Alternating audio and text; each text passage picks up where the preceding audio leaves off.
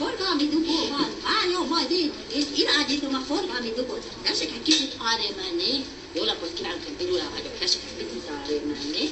Én is akkor arrébb állunk, gyönyörű. Rózsaszín topánkával is bejövünk ide.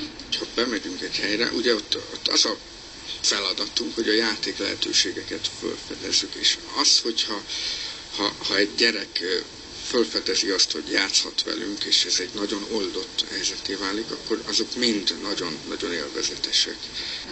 A professzor úr bemocsakszik, óriási világszámot fog előadni.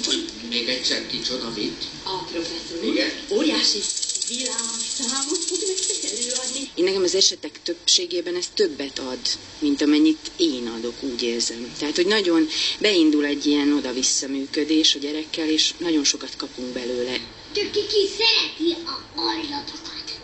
Igen? A szemetes kuka. Jön inkább ide, anya mögé elbújva.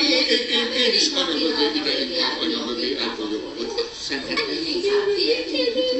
Ez egy nagyon speciális viselkedés a kórházban, a bohócé, mert ugye a bohóc, az mindjárt a cirkuszi bohóc jut eszébe az embernek. Itt nyilván nem a harsányság az a fajta kultúrája él, hanem egy visszafogott, de nagyon energikus, nagyon vidám és egy nagyon felszabadult attitűdű ember. Figyelj, van megoldás. Segítesz elintézni? Jó, adom a Bobit, figyelj. Figyelj. Tessék, ezt fog meg. És intézd el, úgy.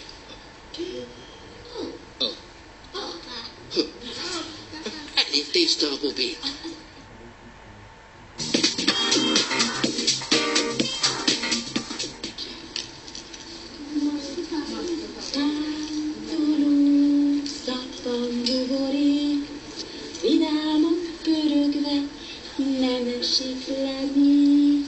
Kis buborékom, te hidd nekem el, hogy egyszer úgyis a földre esel.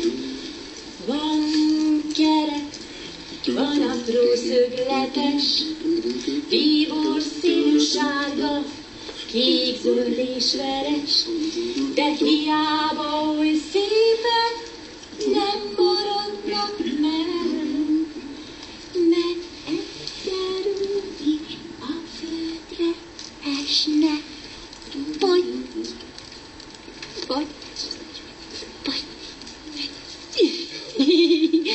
Most nem is vagy itt, elbújtál. Most megint itt vagy, kukucs, kukucs, kukucs, kukucs.